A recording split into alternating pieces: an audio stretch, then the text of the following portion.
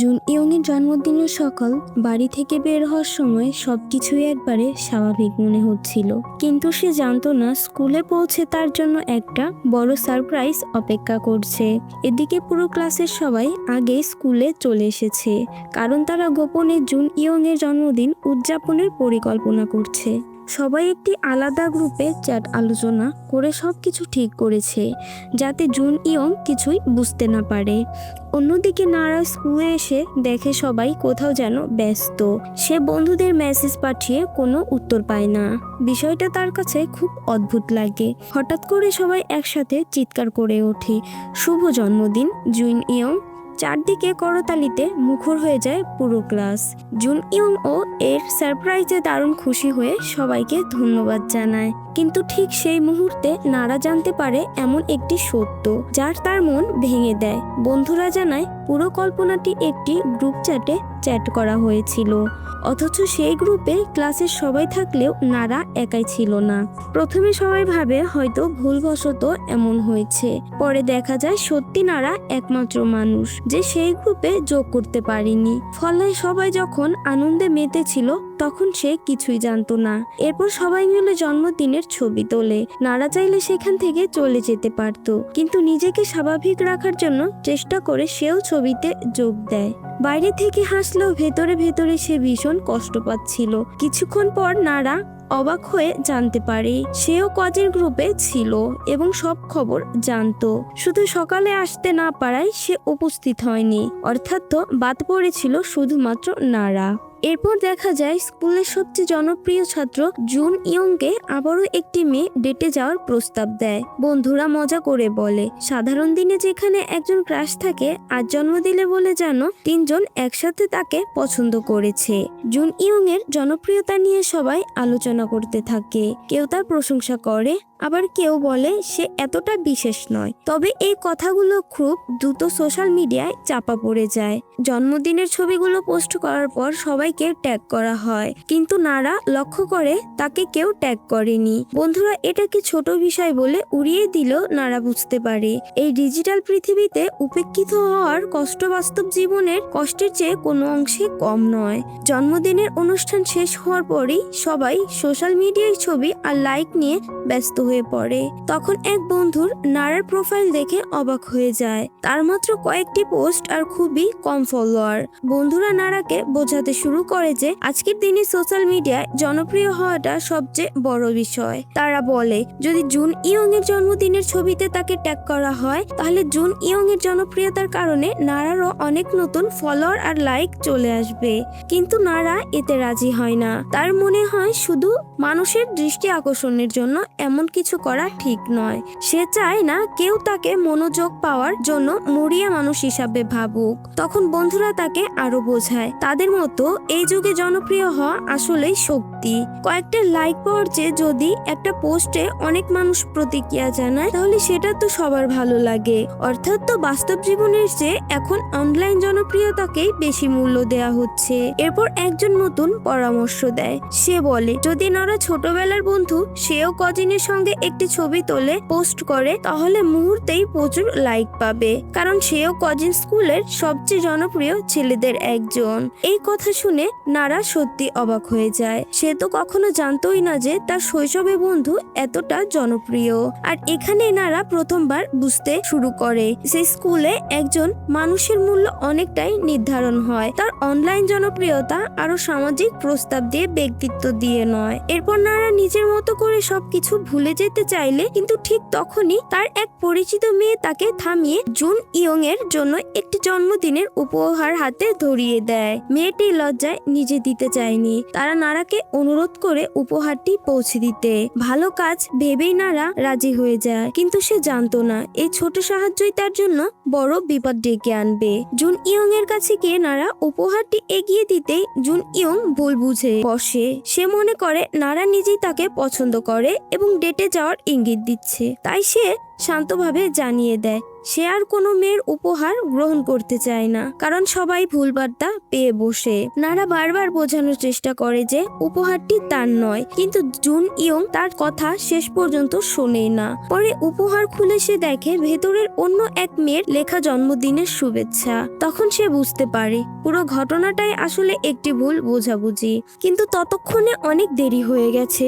দূর থেকে পুরো দৃশ্য দেখে ফেলেছিল কয়েকজন সহপাঠী। তারা আসল ঘটনা না জেনে গুজব ছড়িয়ে দেয় যে নারা নাকি জুন ইয়ংকে প্রেমের প্রস্তাব দিয়েছে। মুহূর্তের মধ্যে পুরো ক্লাসে খবরটি আগুনের মতো ছড়িয়ে পড়ে। সবাই নারাকে ঘিরে ধরে, নানা প্রশ্ন করতে থাকে। কেউই বিশ্বাস করতে চায় না যে সে শুধু একজনের হয়ে উপহার পৌঁছে দিয়েছিল। নারা যতই সত্যি বোঝানোর চেষ্টা করে ততই সবাই ধরে ঘিরে নেয়, নিজের অনুভূতি লুকাচ্ছে। এমনকি কেউ কেউ তাকে অপমান করে বলতে থাকে স্কুলের সবচেয়ে জনপ্রিয় ছেলেটি কখনোই তার মতো সাধারণ একটি মেয়েকে পছন্দ করবে না। এই অপমান সহ্য না করতে পেরে নারা শেষবারের মতো জুন ইয়ংকে অনুরোধ করে সবাইকে সত্যিটা বলতে। কিন্তু জুন ইয়ং পরিস্থিতিটা হালকাভাবে নেয়, আর তার নীরবতাই যেন গুজবকে আরো সত্যি করে তোলে। শেষ পর্যন্ত নারা ভীষণ অপমানিত হয়ে সেখান থেকে চলে যায়। সে বুঝতে পারে এই স্কুলে একবার কোনো গুজব ছড়িয়ে পড়লে সত্যের আর তেমন কোনো মূল্য থাকে না। এই ঘটনার পরও নারা অপমান ভুলতে পারেনি। ঠিক তখনই স্কুল জুড়ে শুরু হয় আরেকটি বড় আলোচনার বিষয়, গোহাট নামের একটি জনপ্রিয় সোশ্যাল মিডিয়ায় প্রতিযোগিতা। এটি সাধারণ কোনো প্রতিযোগিতা নয়। দেশের বিভিন্ন স্কুল থেকে নির্বাচিত শিক্ষার্থীরা 6 সপ্তাহ ধরে ছবি ও ভিডিও পোস্ট করে মানুষের কাছ থেকে যত বেশি সম্ভব হার্ট বা লাইক সংগ্রহ করে। যারা পোস্টে সবচেয়ে বেশি হার্ট পড়ে সেই হয় বিজয়ী ঘোষণা করা হয়। এবারের প্রতিযোগিতায় মোট ভিউ হয়েছে কোটি কোটি, আর দর্শকরা দেখেছে 100 মিলিয়ন মিনিটেরও বেশি সময়। এত বিশাল জনপ্রিয়তার কারণে সবাই অধীর আগ্রহে ফলাফলের অপেক্ষায় ছিল। অবশেষে বিজয়ী হিসাবে ঘোষণা করা হয় রিউসিয়ার নাম। তার জয় শুধু সে একাই নয়, পুরো স্কুল আনন্দে ফেটে পড়ে। কারণ পুরস্কার হিসাবে বিজয়ী শিক্ষার্থী যেমন বিশাল অঙ্কের বৃত্তি পায়, তেমনি তার স্কুলও পায় 50টি ট্যাবলেট। মঞ্চে উঠে রিউরিসা তার সব ফলোয়ার, ভোটার এবং সহপাঠীদের ধন্যবাদ জানায়। পাশাপাশি সে সবাইকে নিজের উপর বিশ্বাস রাখতে এবং নিজেকে ভালোবাসতে শেখার বার্তাও দেয়। আর কথার মুগ্ধ হয়ে হাজার হাজার মানুষ তাকে আরো বেশি সমর্থন জানায়। এই অনুষ্ঠান দেখেই নারা ও তার বন্ধুরা বুঝতে পারে বর্তমান সমাজে সোশ্যাল মিডিয়ার জনপ্রিয়তা একজন সাধারণ শিক্ষার্থীকে রাতারাতি সেলিব্রিটিতে পরিণত করতে পারে। বন্ধুরা তখন মজা করে বলে তারাও যদি এই প্রতিযোগিতায় অংশ নিত তারাও একদিন বিখ্যাত হতে পারত। কিন্তু পরক্ষণে বাস্তবতা সামনে আসে। রিউসিয়ার যেখানে আগে থেকে কয়েক হাজার নয় প্রায় 30,000 ফলোয়ার ছিল, সেখানে তাদের নিজেদের ফলোয়ার সংখ্যা কয়েকশোও নয়। সেই মুহূর্তে তাদের মনে হওয়া একটি নতুন স্বপ্ন জন্ম নেয়। যেভাবে হোক আগে সোশ্যাল মিডিয়ায় জনপ্রিয়তা হতে হবে, কারণ এই দুনিয়ায় ফলোয়ার যে সফলতার নতুন পরিচয়। রিউসিয়ার সাফল্য দেখে নারা ও তার বন্ধুর সোশ্যাল মিডিয়ার জগৎ নিয়ে আরো বেশি আগ্রহী হয়ে ওঠে। কেউ বলে নারা আসলে মনোযোগ আকর্ষণ করার জন্যই জন্মেছে, তবে নারা বিষয়টাকে হালকাভাবে উড়িয়ে দেয়। কথা বলতে বলতে হঠাৎ বন্ধুর নারার অতীতের একটি গোপন বিষয় তুলে আনে। একসময় যে জাগি নামে একটি জনপ্রিয় মুকব্যাং ইউটিউব চ্যানেল চালাতো, যেখানে খাবার খাওয়ার ভিডিও আপলোড করে হাজার হাজার মানুষের ভালোবাসা পেয়েছিল।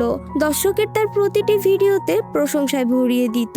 কিন্তু সেই জনপ্রিয়তা থাকা সত্ত্বেও নারা হঠাৎ করেই সবকিছু ছেড়ে দেয়। সে আর সোশ্যাল মিডিয়ায় নিজের জীবন প্রকাশ করতে চায় না, কারণ সে বুঝে গিয়েছিল জনপ্রিয়তার সঙ্গে যেমন ভালোবাসা আসে তেমনই আসে অযথা বিচার, সমালোচনা আর মানসিক চাপ। সেদিন রাতে নারা বাসার কাছে একটি দোকানে যায়। সেখানে তার শৈশবের প্রিয় কজিনের সঙ্গে দেখা হয়। দুজন একসঙ্গে বসে রামেন খেতে খেতে দিনের ঘটনাগুলো নিয়ে কথা বলতে শুরু করে। নারা তখন খুলে বলে জুন ইয়ংকে সে কখনোই প্রেমের প্রস্তাব দেয়নি, সে শুধু অন্য একজনের হয়ে জন্মদিনের উপহার পৌঁছে দিয়েছিল। কিন্তু সবাই ভুল বুঝে তার সম্পর্ক গুজব ছড়িয়ে দিয়েছে। সে কজিন পুরো ঘটনাটা শুনে বুঝতে পারে আসলে দোষটা নারার নয়। সে নারাকে দোষারোপ না করে বরং বিষয়টাকে স্বাভাবিক নিতে বলে, যাতে সে অযথা নিজেকে দোষী না ভাবে। ঠিক সেই সময় কয়েকজন ছাত্রী সেও কজিনকে দেখে উত্তেজিত হয়ে পড়ে। তারা তার চেহারা নিয়ে প্রশংসা করতে থাকে। তখনই নারা প্রথমবার বুঝতে পারে সেও কজিন স্কুলের অন্যতম জনপ্রিয় ছাত্র। মজার হলেও সেও কজিন নিজের সোশ্যাল মিডিয়া অ্যাকাউন্ট দেখায়, সেখানে তার হাজার হাজার ফলোয়ার, অথচ সে খুব বেশি পোস্ট করে না। শুধু তার জনপ্রিয়তার কারণে মানুষ তাকে অনুসরণ করে। এই দৃশ্য দেখে নারা আরো একবার উপলব্ধি করে বাস্তব জীবনের মতোই অনলাইন জগতে জনপ্রিয় মানুষদের জন্য সবকিছু অনেক সহজ। কিন্তু তার মনে একটি প্রশ্ন ঘুরপাক খেতে থাকে, যখন মানুষ তোমাকে ভালোবাসার বদলে সমালোচনা করে, অপমান করে আর তোমার ছবির নিচে খারাপ মন্তব্য লেখে, তখন এত জনপ্রিয়তার আসল মূল সত্যি থাকে। সেও কজিন নারাকে একটি গুরুত্বপূর্ণ কথা বলে। সে জানায় মানুষ না জেনে অনেক কিছুই বলে, কিন্তু যতক্ষণ নিজের কাছের মানুষ সত্যিটা জানে ততক্ষণ বাইরের মানুষের মন্তব্যের কোনো মূল্য নেই। এই কথাগুলো নারার মনের গভীরভাবে দাগ কাটে। বাড়ি ফিরে নারা সোশ্যাল মিডিয়ায় ঘুরতে ঘুরতে আরো অনেক জনপ্রিয় ইনফ্লুয়েন্সার প্রোফাইল দেখতে থাকে। তখন সে বুঝতে পারে এই স্কুলেও এমন অনেক শিক্ষার্থী আছে যাদের লাখ লাখ ফলোয়ার। তারা নিজের প্রোফাইলের দিকে তাকিয়ে তার মনটা খারাপ হয়ে যায়। মাত্র কয়েকটি পোস্ট আর হাতে গোনা কয়েকজন ফলোয়ার, এই বিশাল অনলাইন দুনিয়ায় যেন তার কোনো অস্তিত্বই নেই। এরপর সে নিজেও একটি ভালো ছবি তোলার চেষ্টা করে। কখনো আলোয় বদলায়, কখনো ক্যামেরায় অ্যাঙ্গেল ঠিক করে, আবার কখনো বিভিন্ন ফিল্টার ব্যবহার করে, কিন্তু কোনো ছবি তার নিজের কাছে যথেষ্ট ভালো মনে হয় না। বারবার ছবি তুলে আবারও মুছে ফেলে। ধীরে ধীরে তার মনে হতে থাকে সোশ্যাল মিডিয়ায় জনপ্রিয় হওয়ার জন্য খুব সুন্দর ছবি নয়, আরো অনেক কিছু দরকার। পরদিন স্কুলে নারা অবশেষে সাহস করে জুন ইয়ং এর সাথে কথা বলতে যায়। সে আসলে আগের দিনের ভুল বোঝাবুঝি দূর করতে চেয়েছিল এবং তাকে গণিতের স্টাডি গ্রুপে যোগ দেওয়ার প্রস্তাব দিতে চেয়েছিল। কিন্তু নারা কিছু বলার আগেই জুন ইয়ং আবারও ভুল বুঝে বসে। সে ভেবে নেয় নারা তার জন্য পানীয় কিনে এনেছে। ধন্যবাদ জানিয়ে সে নারার হাত ধরে পানিটি নিয়ে চলে যায়। নারা হতভম্ব হয়ে দাঁড়িয়ে থাকে, কারণ সে তো শুধু স্টাডি গ্রুপের কথা বলতে চেয়েছিল।